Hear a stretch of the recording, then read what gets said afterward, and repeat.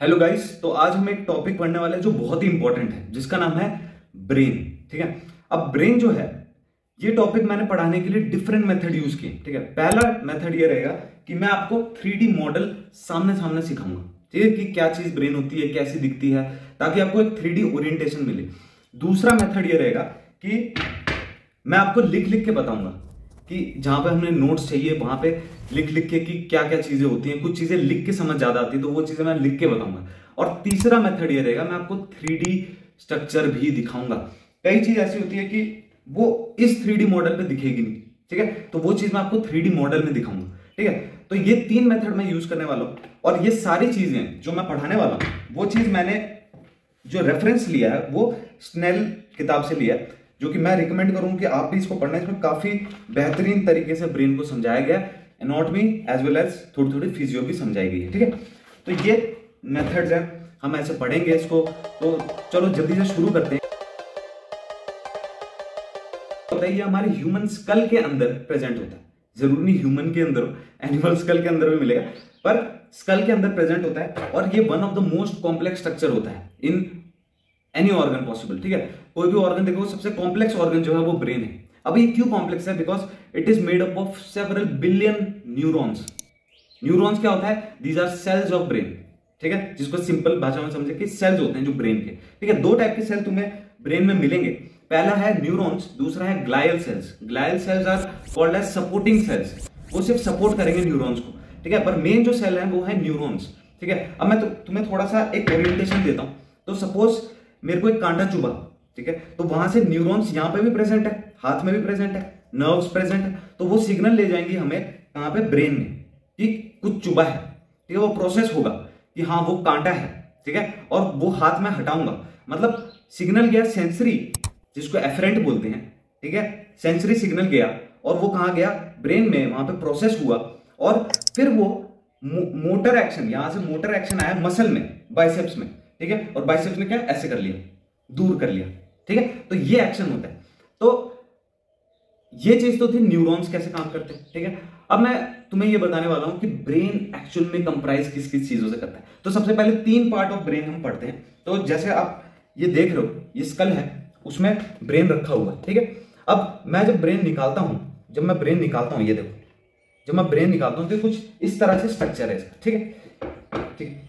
अब देखो, इसमें आपको दिख रहा होगा, तो आपको 3 स्ट्रक्चर दिखने चाहिए। सबसे पहला स्ट्रक्चर जो है वो है ये बड़ा सा स्ट्रक्चर, जो सबसे बड़ा है, जो रिंकल्ड दिख रहा है तुम्हें। ठीक है। ये स्ट्रक्चर सबसे बड़ा होता है। दूसरा चीजें जो दिखनी चाहिए वो तुम्हें ये जो डंडी है, ये लंबी सी डंडी, मैं इसलिए देसी भाषा में इसलिए बोल रहा हूं ताकि तुम इसको अच्छा प्रोसेस कर पाओ कि कैसे दिख रही है 3D। ठीक है। और ये जो तुम्हें छोटा ब्रेन दिख रहा है, ये जो मैंने निकाल लिया, ठीक है, ये क्या है? ये एक चीज है। तो 3 पार्ट्स होते हैं। पहला पार्ट क्या है? इसको बोलते हैं सेरिब्रम, जो बड़ा सा है, सबसे बड़ा पार्ट जो है that is known as cerebrum. ठीक है। And second part is this, जो डंडी सी है, this is known as brain stem. डंडी है तो स्टेम जैसी है। ठीक है। तो ब्रेन स्टेम, इसको भी मैं निकाल के बताऊंगा तुम्हें। ठीक है। And third that is this is known as cerebellum. ठीक है। तो मैंने क्या बोला कि ये क्या चीज थी? सेरिब्रम। और ये क्या चीज थी? सेरिबेलम। इसको बोलते हैं बड़ा ब्रेन, इसको बोलते हैं लिटिल ब्रेन। ठीक है। सही में बोलते हैं, मजाक नहीं कर रहा, सही में बोलते हैं इसको लिटिल ब्रेन, क्योंकि दिखता ब्रेन जैसे ही है पर छोटा है। एक एक पार्ट को समझते हैं। तो सबसे पहला पार्ट जो है वो है सेरिब्रम। सेरिब्रम आपको दिख रहा है, ये सबसे बड़ा पार्ट है। ठीक है। सेरिब्रम हमें मदद करता है किस किस में? थिंकिंग में, प्रॉब्लम सॉल्विंग में, इमोशनल रिस्पॉन्सेज होते हैं। ठीक है। मोशन होता है, कुछ हम चलने वाले हैं, है ना, कुछ वॉलेंटरी मूवमेंट्स हैं, वो सब चीजें, मेमोरी, अभी आप नोट्स लिख रहे हो, वो लिखना, वो सब कौन इनिशिएट करवाएगा, सब कौन कंट्रोल करवाएगा? सेरिब्रम। ठीक है। सेरिब्रम कंट्रोल करवाता है। Next coming to cerebellum. ठीक है। सेरिबेलम ये पार्ट है जो तुम्हें दिख रहा है पीछे, इसको लिटिल ब्रेन बोलते हैं। ठीक है। ये किस किस में मदद करता है? Fine motor movements. ठीक है। जैसे आप गिटार बजा रहे हो, फाइन मूवमेंट्स है। ठीक है। जैसे बैलेंस, ठीक है, पोस्चर कंट्रोल, ठीक है, कोऑर्डिनेशन कर रहे हो। अब मैं इसको समझाने के लिए बहुत ही एक तगड़ा एग्जांपल देता हूं आमतौर पे स्टूडेंट्स को। वो ये है कि सपोज आप चल रहे थे, आपने चलना स्टार्ट किया, जो इनिशिएटिंग करता है ना मूवमेंट, ये अभी से लिख लो एक बार। Initiating of movement is done by basal ganglia. वो हम आगे पढ़ेंगे कि बेसल गैंग्लिया क्या होता है। ठीक है। वो सेरिब्रम के अंदर वाला पार्ट है, सेरिब्रम के अंदर आपको मिलेगा बेसल गैंग्लिया, वो बाद में पढ़ेंगे हम। बट टिल नाउ आप लिख लो कि इनिशिएट कौन कराता है मूवमेंट्स, इनिशिएट कराता है बेसल गैंग्लिया, ठीक है। फिर जो मूवमेंट्स करवाता है, जो इनिशिएट तो हो गया, पर जो लगातार आपको चलाने में मदद करेगा वो कौन होगा, वो होगा आपका सेरिब्रम, जो लगातार चलते रहने के लिए बोलेगा। अब सपोज कि आगे आपको दिखा कि कीचड़ वाला रास्ता है, यहां पे भी कीचड़ है, यहां पे भी कीचड़ है, यहां पे तो आप कैसे जाते हो, ऐसे कूद कूद के, है ना। तो वो सब चीजें, बैलेंस, पोस्चर, वो कौन करवाता है, वो सेरिबेलम कराता है। अब समझ में आ रहा है। तो जो जब चलना शुरू किया तुमने, that is done by basal ganglia. जब चल रहे थे, जो नॉर्मल मोशन था, जब चल रहे हो बिना सोचे चले जा रहे हो, वो कौन करवा रहा है, सेरिब्रम करा रहा है, ठीक है। और जब आप उसमें उछल के, बैलेंस करके, पोस्चर मेंटेन करके, है ना, वो सब चीजें जब कर रहे हो, कोऑर्डिनेशन देख रहे हो अपना, तो वो कौन करा रहा है, सेरिबेलम करा रहा है। तो ऐसे में याद करा था, ठीक है। तो इस सेरिबेलम का फंक्शन याद हो रहा है। सेरिबेलम जो है, अगर आप देखो यहीं पे हम समझ लेते हैं, इसको खत्म करते हैं। सेरिबेलम चिपका होता है एक स्ट्रक्चर से, कुछ ऐसा जिसको हम वर्मिस बोलते हैं, वर्मिस के थ्रू ये चिपका होता है, इतना याद रख लो, ठीक है। और सेरिबेलम को क्या बोलते हैं, लिटिल ब्रेन भी बोलते हैं, ठीक है। Next structure, now coming to the third part, जो कि तुम्हें ये दिख रहा है, this is known as brain stem, ठीक है। ये क्या दिख रही है, जो डंडी सी दिख रही है, इसको बोलते हैं ब्रेन स्टेम। मैं आपको अब अलग करके बताता हूं, ये समझो, ठीक है। तो ये क्या है, ये ब्रेन स्टेम है, देखना, ये ब्रेन स्टेम है पूरी, ठीक है। अब इसमें जो ये वाला पार्ट है, this is known as medulla oblongata. क्या बोलते हैं, बोलो, साथ साथ बोलोगे सीख जाओगे, ठीक है। क्योंकि बाद में तुम इसके नोट्स भी लिख रहे हो, या फिर इस वीडियो को दोबारा भी सुन लोगे तो तुम्हें याद रह जाएगा, लेकिन शुरू में तुम्हें बोलना पड़ेगा, ठीक है। This is medulla oblongata, this is pons, ये जो सबसे बड़ा पार्ट जो रेड कलर का दिख रहा है तुम्हें, और ये कंटिन्यू हो रहा है, पूरा बड़ा सा पार्ट जो है, this is known as pons, ठीक है। और आप अगर इमेजिन कर पाओ, जो मैंने आपको बताया था, ठीक है, तो मैंने आपको ये भी बताया था कि सेरिबेलम यहां पे कहीं फिट होता है, ठीक है, यहां पे कहीं फिट होता है, तो पोन्स के ठीक पीछे सेरिबेलम भी आता है। तो वो 3D इमेजिन करते रहना, अभी मैंने हटा के तुम्हें एक्सप्लेन कर रहा हूं, है ना। तो ये पार्ट जो है, ये पोन्स है, और यहां से लेकर यहां तक सिर्फ इतना सा, यहां से लेकर यहां तक सिर्फ इतना सा, this is known as midbrain. तो मिड ब्रेन, पोन्स, मेडुला, बोलो मेरे साथ, बोलो, ऊपर क्या है, mid brain, pons, medulla, mid brain, pons, medulla, ये 3 पार्ट होते हैं ब्रेन स्टेम के। ब्रेन स्टेम जो यहां से शुरू है, मिड ब्रेन, पोन्स, मेडुला, ये क्या हेल्प करती है, दिस हेल्प इन ब्रीदिंग।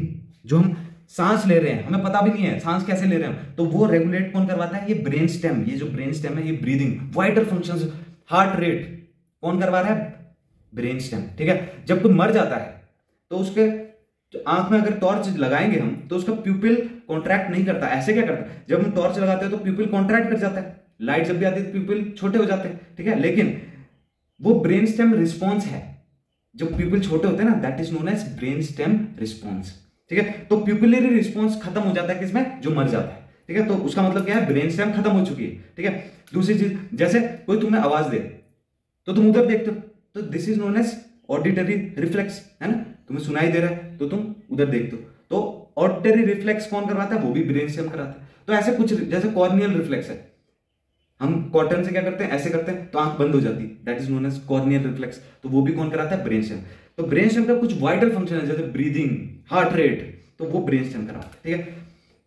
ये चीज ब्रेन स्टेम है। ब्रेन स्टेम के ठीक ऊपर अगर मैं दिखाऊं तुम्हें, ब्रेन स्टेम के ठीक ऊपर, क्या तुम्हें दिमाग में ये चीज आया कि यार इससे ऊपर ये क्या चीज है, ना ये सेरिब्रम में आ रही है ना, ये तो अलग ही चीज है कुछ, ना ये ब्रेन स्टेम में आ रही है, दोनों के बीच में है, ना ये सेरिबेलम में आ रही है, सेरिबेलम तो खैर अलग ही चीज है ना। तो ये बीच में क्या चीज है, ठीक है। तो ये क्या है, एक पूरा सिस्टम है, ठीक है। अगर मैं इस चीज को हटाऊं, ठीक है, तो तुम्हें ये दिखेगा कि ये पूरा एक सिस्टम है। ये देखो, इसको भी हटाऊं तो तुम्हें लगेगा ये चिकन लेग पीस है, लेकिन चिकन लेग पीस नहीं है, पूरा सिस्टम, ठीक है। तो ये एक लिम्बिक सिस्टम कॉम्प्रोमाइज करता है, जहां पे बहुत सारे कंपोनेंट होते हैं, ठीक है। वो हम समझेंगे क्या क्या कंपोनेंट होता है, लेकिन उससे पहले हम छोटा सा पार्ट देख रहे हैं लिम्बिक सिस्टम का, जिसमें डायनसेफ्लॉन है, जिसमें क्या है, एक थैलेमस आता है, ठीक है। डायनसेफ्लॉन के 3 पार्ट्स होते हैं, ध्यान से सुनना। दिस इज थैलेमस, थैलेमस के ठीक नीचे क्या बोलेंगे भाई, थैलेमस के नीचे, कितना सिंपल नाम रखा गया उसका, हाइपोथैलेमस। थैलेमस के नीचे हाइपोथैलेमस, और उसके नीचे क्या होता है, पिट्यूटरी ग्लैंड होता है, ठीक है। यहां पे तुम देखोगे तो यहां पे पीनियल ग्लैंड भी होता है, इसको एपिथैलेमस पार्ट बोलते हैं। तो ब्रेन के एकदम अंदर बीचों बीच एक स्ट्रक्चर है ब्रेन स्टेम के ठीक ऊपर, जिसको हम बोलते हैं डायनसेफ्लॉन। अब इसमें जो तुम्हें ब्लू कलर से गुब्बारा टाइप एक सी स्ट्रक्चर दिख रहा है, उसको हटा दो, है ना। वो बेसिकली क्या है, वो वेंट्रिकल है, वो बाद में देखेंगे हम। अभी के लिए ये ध्यान रखो, डायनसेफ्लॉन के 3 पार्ट होते हैं, thalamus, hypothalamus and epithalamus. Epithalamus basically consist of pineal gland, तो वहां पे सिर्फ पीनियल ग्लैंड ही पढ़ना है। First part is thalamus. तो 3D में इसको देख लो अच्छी तरह से, दिमाग में बसा लो, फिर कभी नहीं भूलोगे। तो थैलेमस है क्या चीज? ये एक रिले सेंटर है। नीचे से सिग्नल आएंगे, थैलेमस में जाएंगे, उसके बाद वो ब्रेन में जाएंगे। तो जैसे रिले रेस में एक बंदे का काम बैटन को आगे ले जाने का होता है ना, बाकी कुछ नहीं होता, बस वो सिग्नल्स को आगे हैंड ओवर कर देगा। तो याद रखो एक थैलेमस में लगभग 30 न्यूक्लियस होते हैं। तो हमारे पास टोटल 2 थैलेमस होते हैं, तो इन टोटल कितने हो गए?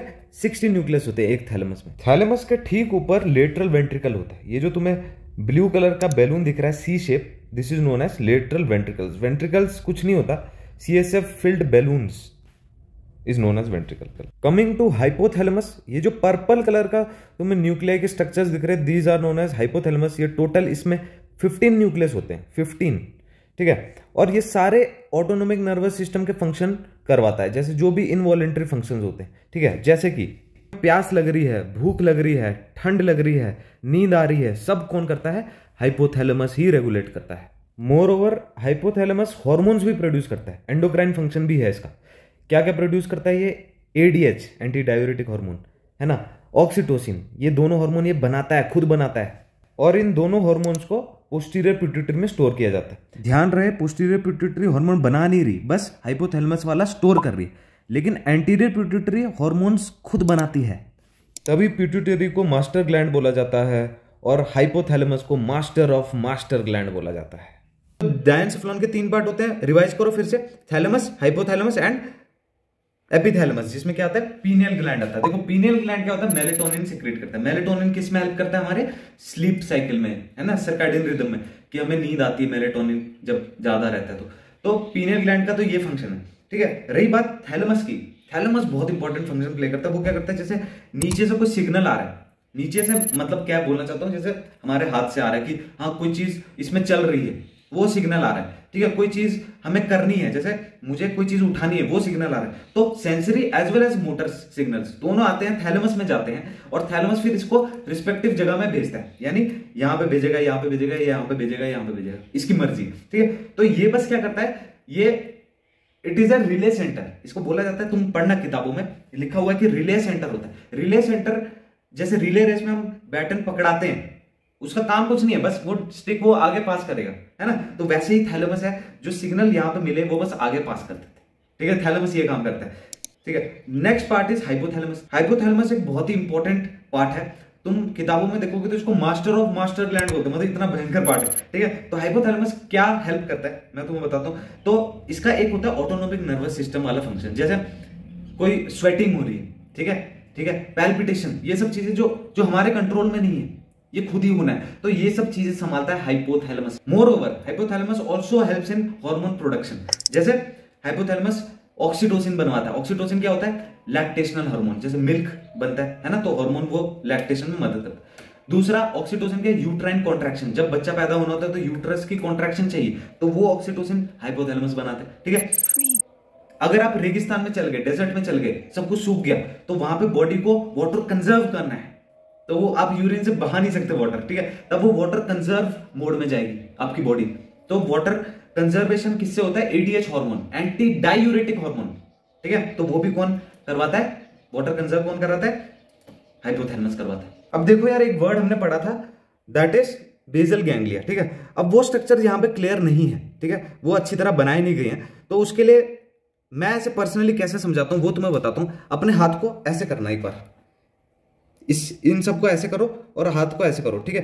तो ये कुछ बेसल गैंग्लिया है, ठीक है। मैं इसका 3D में भी बताऊंगा, पर उससे पहले तुम ऐसे करो, ठीक है।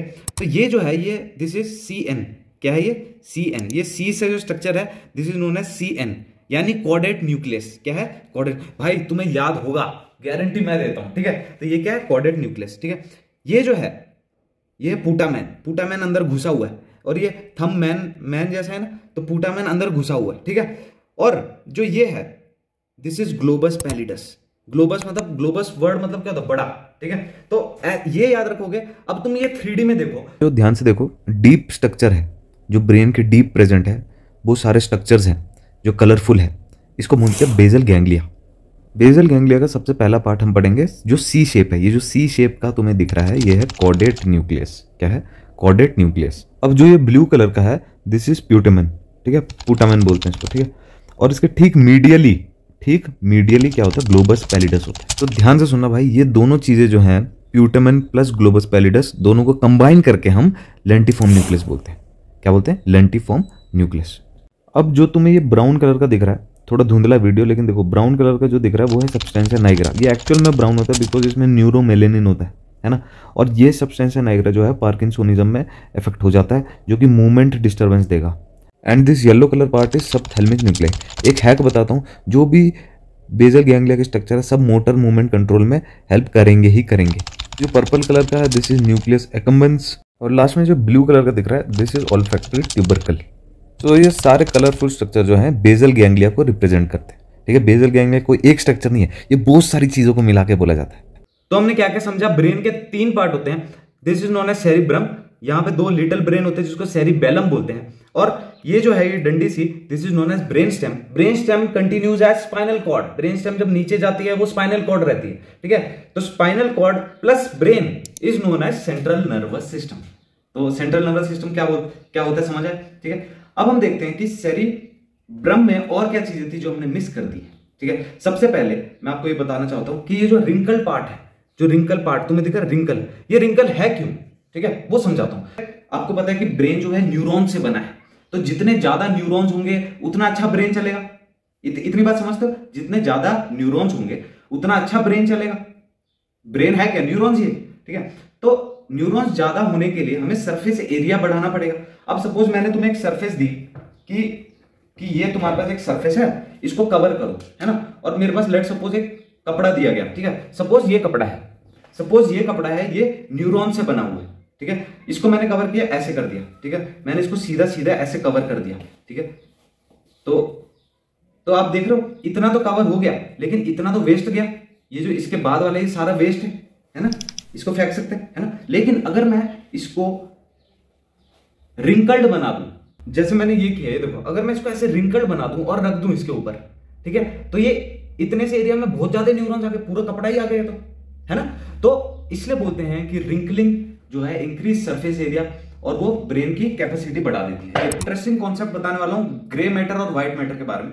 तो जो बाहर कॉर्टेक्स के ठीक नीचे तुम्हें मिलेगा वो ग्रे मैटर होता है, जो अंदर पार्ट होगा सेरिब्रम के वो तुम्हें व्हाइट मैटर मिलेगा, ठीक है। अब न्यूरॉन्स जो होते हैं जब माइलिनेटेड होते हैं, तो माइलिन शीट क्या होती है? फैट से बनी होती है। फैट कैसा दिखता है हमें?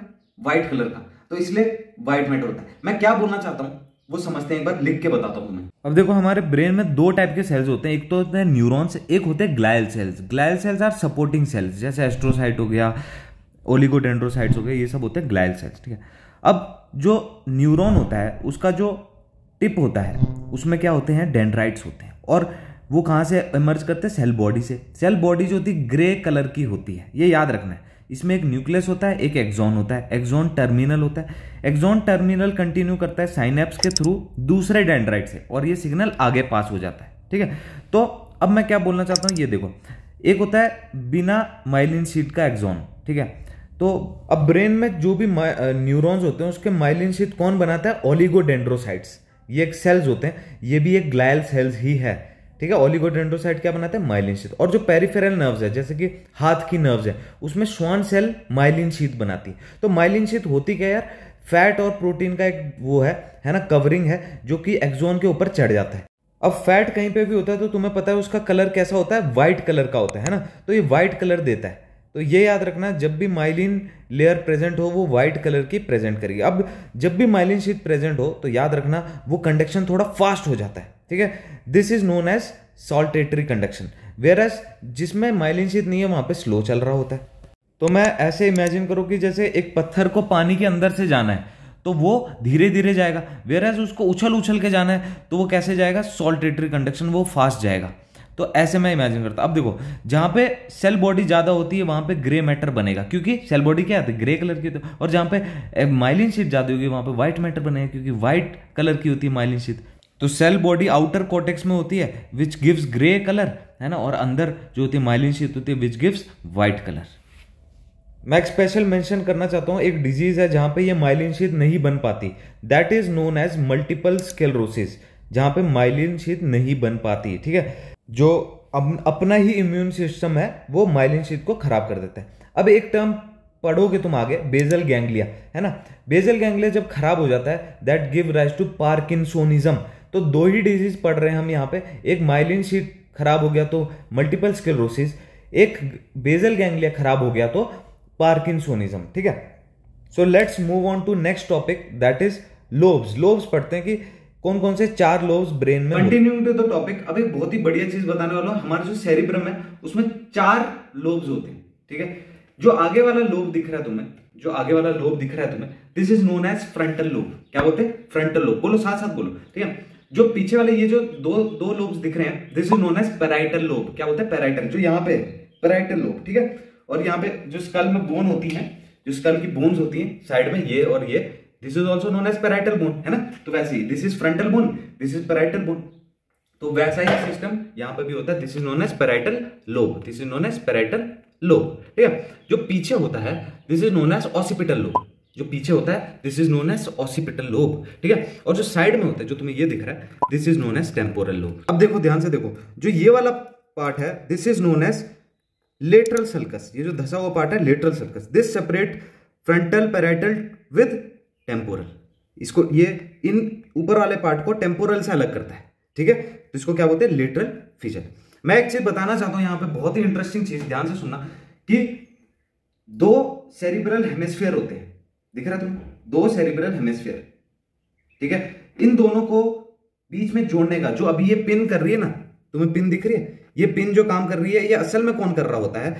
It is done bye corpus callosum. अगर तुम ध्यान से देखो, तुम्हें दिख रहा हो अगर ध्यान से, है ना, नहीं तो मैं 3D भी दिखाऊंगा तुम्हें, बट इसमें कोशिश करो देखने की। तो ये जो चीज दिख रही है तुम्हें, व्हाइट सी ऐसी, this is known as corpus callosum. Corpus callosum क्या करता है? इन दोनों को चिपका के रखता है आपस में। तो 2 सेरिब्रल हेमिस्फीयर को आपस में जोड़ने का काम कौन करता है? Corpus callosum. बिल्कुल उस स्पाइडरमैन की तरह, जो यहां से भी पकड़ के रखता है, यहां से भी पकड़ के रखता है। और ये चीज तुम्हें अच्छी तरह पता है, ये तुम्हें सुना ही होगा कहीं ना कहीं, कि अगर सपोज ये हमारा राइट हेमिस्फीयर है, ठीक है, राइट साइड का ब्रेन है, तो ये ज्यादातर किसको कंट्रोल करता है? लेफ्ट साइड को। जैसे लेफ्ट हैंड की मूवमेंट कर रहा हूं मैं, तो इसका सिग्नल कहां जा रहा होगा? राइट ब्रेन में। राइट साइड की मूवमेंट कर रहा हूं तो सिग्नल कहां जाएगा? लेफ्ट ब्रेन में। ऐसे उल्टा होता है, ठीक है। तो ये चीज याद रखना, ठीक है। हम आगे बढ़ते हैं, तो हम देखते हैं कि देखो, अब ये जो पार्ट दिख रहा है तुम्हें, यहां पे एक सल्कस दिख रहा है, ठीक है, जो धसा हुआ पार्ट है, जो सबसे बीचों बीच है, that is known as central sulcus. क्या बोलते हैं उसको? Central sulcus. सेंट्रल सल्कस के आगे जो होता है, इसको बोलते हैं प्राइमरी मोटर गायरस। क्या बोलते हैं? ये जो है, ये उभरा हुआ पार्ट है ना, that's why it is known as gyrus. तो इसको क्या बोलते हैं? Primary motor gyrus. देखो, जो भी धसा हुआ पार्ट रहेगा उसको हम सल्कस बोलेंगे, जो भी उभरा हुआ पार्ट रहेगा उसको हम गायरस बोलेंगे। तो जो सेंट्रल सल्कस के आगे है उसको बोलते हैं प्राइमरी मोटर गायरस, या फिर प्राइमरी मोटर कॉर्टेक्स भी बोल सकते हैं। ये जो प्राइमरी मोटर कॉर्टेक्स है या गायरस है, ये it helps in motor action. जो मैं तुम्हें बता रहा था कि जैसे मेरे को एक थॉर्न प्रिक किया, ठीक है, थॉर्न प्रिक किया, तो उससे मैंने हाथ हटाया, थॉर्न प्रिक किया तो मेरे रिफ्लेक्स है, हाँ हाथ हटाना है, तो वो एक्शन कौन करवाता है? तुम अभी लिख रहे हो, जो मैं बोल रहा हूं वो लिख रहे हो कि हाँ ये वर्ड लिख रहे हो, प्राइमरी मोटर कॉर्टेक्स। तो ये लिखवा कौन रहा है तुमसे प्राइमरी मोटर कॉर्टेक्स ही लिखवा रहा है, ठीक है। तो जो एक्शन होता है ना, वो कौन करवाता है? Primary motor cortex. तो तुम्हें एक चीज तो पता लगी कि फ्रंटल लोब का एक पार्ट तो तुम्हें पता लग गया। फ्रंटल लोब में मैंने अभी तक कुछ नहीं बताया, अभी तक मैंने बस ये बताया कि एक पार्ट होता है फ्रंटल लोब, जो क्योंकि वो सेंट्रल सल्कस के आगे आता है, that is why it is in frontal lobe, ठीक है। तो फ्रंटल लोब में है और उसका पार्ट का नाम क्या है? प्राइमरी मोटर कॉर्टेक्स, ठीक है, जो कि क्या करवाता है? एक्शन करवाता है। कुछ भी एक्शन तुम कर रहे हो वो it is done by this, ठीक है। फ्रंटल जो लोब है उसका एक और चीज होती है, उसका एक और पार्ट होता है, दैट इज नोन एज, आगे जो होता है, प्री फ्रंटल कॉर्टेक्स। क्या बोलते हैं उसको? प्री फ्रंटल, जो आगे होता है, ब्रेन के आगे होता है। और मैं तुम्हें बताऊं, बहुत ही इंटरेस्टिंग चीज है। प्री फ्रंटल कॉर्टेक्स जो होता है, इट हेल्प्स इन प्लानिंग। जैसे तुम अभी पढ़ रहे हो, पढ़ाई कर रहे हो, क्यों कर रहे हो? ताकि तुम्हारा फ्यूचर अच्छा हो। इतना सोचना कोई आम लोगों की बात नहीं है, ठीक है, कि इतना मतलब तभी आलस आता है ना पढ़ने में। फ्यूचर का जब प्लान करते हैं तब आलस आता है, क्योंकि अभी हमें कोई रिवॉर्ड नहीं मिल रहा उसका, हमें बाद में फ्यूचर में कभी मिलेगा, ठीक है। तो वो सब चीजें हमें कौन करवाता है? नियोकॉर्टेक्स। जो खतरनाक प्लानिंग होती है कि हाँ हम ये करेंगे तो ये होगा, ये करेंगे तो ये होगा, that is done bye neocortex, है ना, या फिर इसको क्या बोलते हैं? Pre frontal cortex. तो यहाँ पे एक बहुत ही इंटरेस्टिंग कॉन्सेप्ट लिम्बिक सिस्टम का आता है। लिम्बिक सिस्टम को समझने से पहले ये देखो एमिग्डालोइड बॉडी, ये देखो हिप्पोकैम्पस, दोनों अलग है, ठीक है। हिप्पोकैम्पस से फिर सिग्नल जाएगा थ्रू फॉर्निक्स और उसके बाद जाएगा मैमिलरी बॉडी। तो ये कुछ मेन पार्ट है लिम्बिक सिस्टम का। इसको 3D में समझते हैं ताकि बेटर आपको ओरिएंटेशन मिले। तो ये बाहर जो पार्ट है सेरिब्रम का, this is known as cingulate gyrus. इसके ठीक नीचे जो व्हाइट सा है, दिस इज कॉर्पस कैलोसम, ठीक है। ये चीज यहां पे समझो, ठीक है। तो जो बाहर जो पार्ट था दैट इज सिंगुलेट गाइरस, ठीक है। अब देखो इसके ठीक नीचे जो कॉर्पस कैलोसम के नीचे ये है फॉर्निक्स। क्या है ये? फॉर्निक्स, कंफ्यूज नहीं होना, ठीक है। ये जो पार्ट है fornix continues to mammillary body, ये जो लास्ट में गोल सा है ये मैमिलरी बॉडी है। तो मैंने क्या बताया, नीचे जो तुम्हें दिख रहा है दिस इज हिप्पोकैम्पस। हिप्पोकैम्पस से फाइबर्स फॉर्निक्स में जाएंगे। समराइज करते हैं, हिप्पोकैम्पस से फाइबर्स फॉर्निक्स में जाएंगे, फॉर्निक्स के बाद मैमिलरी बॉडी में जाते हैं। बहुत ही इंपॉर्टेंट टॉपिक मैं शुरू करने जा रहा हूँ, लिम्बिक सिस्टम। इसको सिस्टम क्यों बोला जाता है और क्यों ये इंपॉर्टेंट है तुम्हें अभी समझ आ जाएगा। सिस्टम जैसे रेस्पिरेटरी सिस्टम है, ठीक है, जिसमें रेस्पिरेटरी सिस्टम होता है, जैसे उसमें नोज आता है, थ्रोट आता है ना, ट्रेकिया आता है, लंग्स आता है, तो वो सब क्या है? रेस्पिरेटरी सिस्टम एक सिस्टम है, वो सब एक साथ काम करते हैं। उसी तरह से लिम्बिक सिस्टम में सारी चीजें, ये जो तुम्हें दिख रही है बगल में, ये और ये सब चीजें एक साथ काम करके एक फंक्शन प्रोवाइड करती हैं, जिसको बोलते हैं लिम्बिक सिस्टम, ठीक है। तो लिम्बिक सिस्टम का दूसरा नाम प्रिमिटिव ब्रेन भी था। प्रिमिटिव मतलब पुराना ब्रेन, यानी जो एंशिएंट टाइम से चला हुआ, सबसे पहले यही ब्रेन डेवलप किया होगा, उसके बाद हमारा दूसरा ब्रेन डेवलप किया। प्रिमिटिव ब्रेन का मतलब क्या है? ये वैसी इंस्टिंक्ट्स देगा जो प्रिमिटिव फीचर्स हैं। फॉर एग्जाम्पल, जैसे हम क्या बोल सकते हैं, जैसे कि सपोज किसी को तुम्हें हाथी दिखा, है ना, तो तुम चल पड़े उसको हंट करने, ये इंपल्सिव एक्शन है ना। हाथी दिखा, तुम हंट करने चल पड़े, ठीक है, कि कुछ नहीं सोच रहे तुम आगे का, फ्यूचर का, तुम्हें बस अभी अपना पेट पालना है। तो तुम क्या करोगे? इमोशनल, जैसे तुम कस्बे में बैठे हो, एक साथ गप्पे मार रहे हो, रो रहे हो, हंस रहे हो, बातें कर रहे हो, वो क्या है? इमोशनल है ना। वो फैक्टर भी लिम्बिक सिस्टम प्रोवाइड करता है। तो इसी चीज बिहेवियर, जैसे तुम गाली गलौज कर रहे हो, लड़ रहे हो, है ना, कैसा बिहेवियर है तुम्हारा। मोटिवेशन, तुम्हें एक पेड़ दिखा, उसमें तुम्हें आम दिखा, तुम्हें मोटिवेशन है, हाँ ये आम खाऊंगा मैं, तो उसके लिए तुम चढ़ गए, तो वो मोटिवेशन कौन प्रोवाइड करता था? लिम्बिक सिस्टम, ठीक है। अभी भी है, ऐसी बात नहीं। मेमोरीज जैसे तुम्हारी पुरानी मेमोरीज की, हाँ तुम इस कस्बे में गए, तुम्हें रिवर दिखी, तुम्हें पता है हाँ वहां पे पानी था, है ना, तो वहीं पे मैं दोबारा जाऊंगा। एएनएस जैसे कोई भी इनवॉलेंट्री फंक्शन होता है, वो सारे जो है ये लिम्बिक सिस्टम ही मैनेज कर रहा होता है, ठीक है। तो इसलिए इसको प्रिमिटिव ब्रेन बोला जाता है। एक बहुत ही अच्छा कॉन्सेप्ट बताना चाहता हूं यहाँ पे। जैसे देखो ये ब्रेन है हमारा, ठीक है। लिम्बिक सिस्टम कहां पे बैठा होता है? बीच में कहीं डीप एकदम अंदर घुसा होगा लिम्बिक सिस्टम, जो कि ये सारे फंक्शंस प्रोवाइड करवा रहा होगा, ठीक है। और यही है बेसिक फंक्शंस जो कि एक आदमी को जिंदा रहने के लिए चाहिए। सर्वाइवल के लिए यही चीजें चाहिए, ठीक है। तुम्हें एक मोटिवेशन होना चाहिए, है ना, तुम्हें खाना खाने के लिए इंपल्स होना चाहिए कि हाँ मतलब खाना मिल जाए, बस और क्या चाहिए, है ना, रोटी कपड़ा मकान, यही चीज है। कपड़ा तुम्हें वो हाथी मार के मिल ही रहा, ठीक है। तो ये सब चीजें थी। फिर क्या हुआ, धीरे धीरे जैसे इंसान इवॉल्व करने लग गया, उसमें एक चीज बनने लगी जिसको हम बोलते हैं नियोकॉर्टेक्स। क्या बोलते हैं? नियोकॉर्टेक्स, जो प्रीफ्रंटल कॉर्टेक्स के पास प्रेजेंट होता है यहां पे। तो नियोकॉर्टेक्स जो है वो न्यू ब्रेन है। ये कौन सा ब्रेन था? ये प्रिमिटिव ब्रेन था। प्रिमिटिव ब्रेन को हम क्या बोल रहे थे? लिम्बिक सिस्टम, ठीक है। और न्यू ब्रेन जो है उसको बोलते हैं नियोकॉर्टेक्स, ठीक है, नियोकॉर्टेक्स बोलते हैं। अब क्या होता है, जब ह्यूमन डेवलप करने लग गया, जस्ट फॉर एन एग्जांपल मैं तुम्हें बता रहा हूं, पहले ह्यूमन क्या होता था, जैसे उसको रोटी दिखती थी तो बोलता था कि इसको खा लेता हूं मैं, तो वो कौन करवाता है? Limbic system. क्यों? क्योंकि वो इंपल्सिव डिसीजन दिलवाता है कि रोटी दिखी, खा ली, एज सिंपल एज दैट, ठीक है। वो आगे का नहीं सोच रहा, वो कोई प्लानिंग नहीं कर रहा, वो कोई फ्यूचर का नहीं सोचेगा, वो बस खा लेगा। लेकिन धीरे धीरे जैसे ये नियोकॉर्टेक्स बढ़ने लग गया, ह्यूमन स्टार्टेड टू थिंक कि why shouldn't I grow wheat, कि मैं फसल क्यों ना उगाने लग जाऊं रोटी के लिए। तो एक रोटी के बजाय मैं बहुत सारी रोटी खा सकता हूं। तो धीरे धीरे क्या, वो राइस की खेती करने लग गया, व्हीट की खेती करने लग गया, है ना, और वो काफी लंबे समय के लिए सोचने लगे। तो नियोकॉर्टेक्स जो है दोस्त, वो हमें अलग टाइप की थिंकिंग देता है, जैसे एग्जीक्यूटिव, ठीक है, एग्जीक्यूटिव की डिसीजन बनाना है, डिसीजन मेकिंग, ठीक है। अब जैसे हमें किसी पे गुस्सा आता है ना, तो ऐसा तो नहीं हम उसे जान से मार देते हैं, है ना, तो हम क्या करते हैं? इंपल्स को कंट्रोल करते हैं। जो नियोकॉर्टेक्स है वो इंपल्स कंट्रोल में मदद करता है, ठीक है। जो लिम्बिक सिस्टम था वो इंपल्सिव एक्शन करवाता है, और इंपल्स कंट्रोल कौन करवाता है? नियोकॉर्टेक्स। यही चीज है यार जो हमें जानवरों से अलग बनाती है। तो नियोकॉर्टेक्स हेल्प्स इन प्लानिंग, ये हमेशा फ्यूचर प्लान देगा कि अभी मैं व्हीट बोऊंगा तो मुझे बाद में रोटियां मिलेंगी। वेरएज लिम्बिक सिस्टम क्या सोचेगा कि नहीं अभी रोटी खा लूंगा, कल की कल देखेंगे, अभी सो जाता हूं, ठीक है। तो अब देखते हैं यार कि लिम्बिक सिस्टम में एक्चुअल में पार्ट्स कौन कौन से होते हैं। सबसे पहला प्रोमिनेंट पार्ट जो है वो है एमिगडेला, जो आलमंड शेप है, ठीक है, बादाम जैसा शेप होती है इसकी। और ये किस में हेल्प करता है? ये aggression, A for amygdala, A for aggression, जो एंगर होता है हमें, है ना, कि फाइट करना है, फ्लाइट करना है, वो चीजें जो है वो एमिगडेला देता है। मैंने तुम्हें पहले ही बताया ये प्रिमिटिव ब्रेन है, इसलिए ये एकदम प्रिमिटिव चीजें करेगा, जैसे फाइट फ्लाइट ये सब चीजें। तो एमिगडाला बहुत इंपॉर्टेंट पार्ट है, हमने ये देखा। ठीक है, दूसरा पार्ट जो है this is known as hippocampus. Hippo means horse, ठीक है, कैंपस मतलब पानी में, ठीक है। तो जो सी हॉर्स होता है ये उस तरह से दिखता है थोड़ा सा, तो इसको इसलिए इसका नाम रखा गया हिप्पोकैम्पस। हिप्पोकैम्पस क्या करता है, मेमोरी फॉर्मेशन में मदद करता है, और हिप्पोकैम्पस ज्यादातर हमारे टेम्पोरल लोब में होता है, ठीक है। तो ये जो होते हैं ये दो होते हैं, हिप्पोकैम्पस कितने होते हैं, दो होते हैं, ठीक है, हमने 3D स्ट्रक्चर में देखा।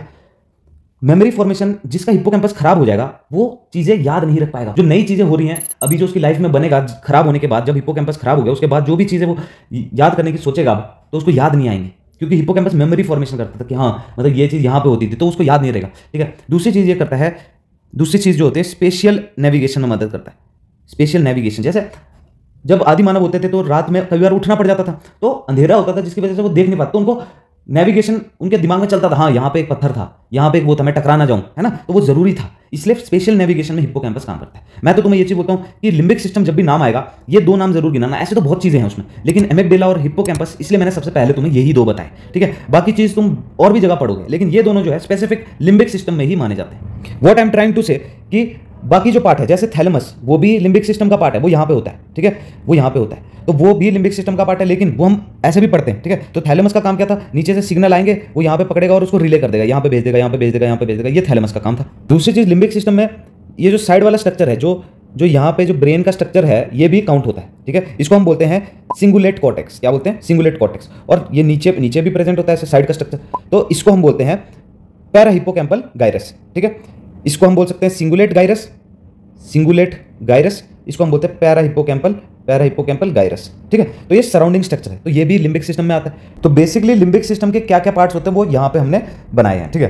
तो तुम देख सकते हो कि सिंगुलेट गायरस होता है जो कि साइड में प्रेजेंट है, ये जो ग्रीन कलर का ये क्या सिंगुलेट गायरस, ठीक है। और नीचे जो है उसको क्या बोलते हैं हम, parahippocampal gyrus, as simple as that, ठीक है। फिर हमने देखा फॉर्निक्स, जो कि क्या हिप्पोकैम्पस से ओरिजिनेट होता है। हिप्पोकैम्पस ये रहा, यहाँ से ऐसे फाइबर जाएंगे, है ना, ऊपर जाएंगे कुछ, और ये जाएंगे यहाँ पे, that will give rise to fornix. ये देखो फॉर्निक्स बन गया, यहाँ पे फॉर्निक्स बनेगा, ये आगे जाके क्या बनाएगा, यहाँ पे क्या है, मेमिलरी बॉडी, क्लियर, ठीक है। मैंने बताया कि एक बीच में पार्ट होता है जो कि आप मान सकते हो यहाँ पे, और थैलेमस के ठीक नीचे यहाँ पे, ये थैलेमस था, यहाँ पे ठीक नीचे यहाँ पे क्या होता है, हाइपोथैलेमस होता है, समझ रहे हो, हाइपोथैलेमस होता है। जो थैलेमस और हाइपोथैलेमस किसके पार्ट थे, डायनसेफेलॉन के थे, ठीक है। ये भी याद रखते चलो साथ साथ में। तो क्या दिमाग को 3D घुमाते रहो, ताकि इससे बढ़िया कोई नहीं समझाएगा। देखो अब नेक्स्ट देखो, मैंने बताया एमिगडाला जो एंगर, एग्रेशन ये सब चीजें करता है, एमिगडाला फिर फ्लाइट एंड फाइट रिस्पॉन्स, ठीक है, तो एमिगडाला करता है वो, क्या ये आलमंड शेप यहाँ पे है, ठीक है। फिर आता है हिप्पोकैम्पस, जो कि मैंने बता दिया कि वो किसमें करता है, मेमोरी बनाएगा ये, ठीक है, कि याद रहेंगी चीजें तुम्हें। तो ये था बेसिक तुम्हारा लिम्बिक सिस्टम के बारे में। आओ थोड़ा सा लिम्बिक सिस्टम का पैपेज सर्किट पढ़ते हैं। ये ना लोगों को लगता है पता नहीं क्या चीज़ है पैपेज सर्किट, लेकिन मैंने तुम्हें ऐसा समझाया कि अब तुम्हें पैपेज सर्किट में कोई दिक्कत नहीं आएगी। देखो जब तुम पढ़ोगे तुम्हें ऐसे मिलेगा कि कहाँ से शुरू करें, पहले तो यही समझ नहीं आया। तो चलो सिंगुलेट गायरस से शुरू किया, सिंगुलेट गायरस से गया पैरा हिप्पोकैम्पल रीजन में, ठीक है। मैंने बताया पैरा हिप्पोकैम्पल गायरस बोलते हैं इसको, है ना, दोनों नाम है इसके। तो cingulate gyrus, para hippocampal gyrus, ठीक है। यहाँ से तुम्हारे सिग्नल आया और क्या बनाया उसने, कहाँ पे गया वो, हिप्पोकैम्पस में गया। हिप्पोकैम्पस के थ्रू वो फॉर्निक्स के थ्रू जो मैंने बताया था, देखो इसको समझते हैं पहले। तो मैं क्या बोलना चाहता है कि ये पैरा हिप्पोकैम्प जो ये है सिंगुलेट गायरस है, यहाँ से सिग्नल आएगा पैरा हिप्पोकैम्पल गायरस में जाएगा, ये पैरा हिप्पोकैम्पल गायरस था, ठीक है। यहाँ से जो है वो हिप्पोकैम्पस में जाएगा, हिप्पोकैम्पस से वो फॉर्निक्स में जाएगा, फॉर्निक्स से वो मेमिलरी बॉडी में जाएगा, जैसे हमने पढ़ा था, यही चीज़ है ना। देखो तो फॉर्निक्स से कहाँ पे जा रहा है वो, मेमिलरी बॉडी में जा रहा है, ठीक है। मेमिलरी बॉडी से वो एंटीरियर थैलेमिक न्यूक्लियस में जाएगा, ठीक है, जो कि हमने देख रखा है पहले से। मेमिलरी बॉडी में गया, वहां से कहां पे जाएगा, ये एंटीरियर थैलेमिक न्यूक्लियस, ठीक है। तो व्हाट इज दिस पैपेज सर्किट, है क्या चीज ये?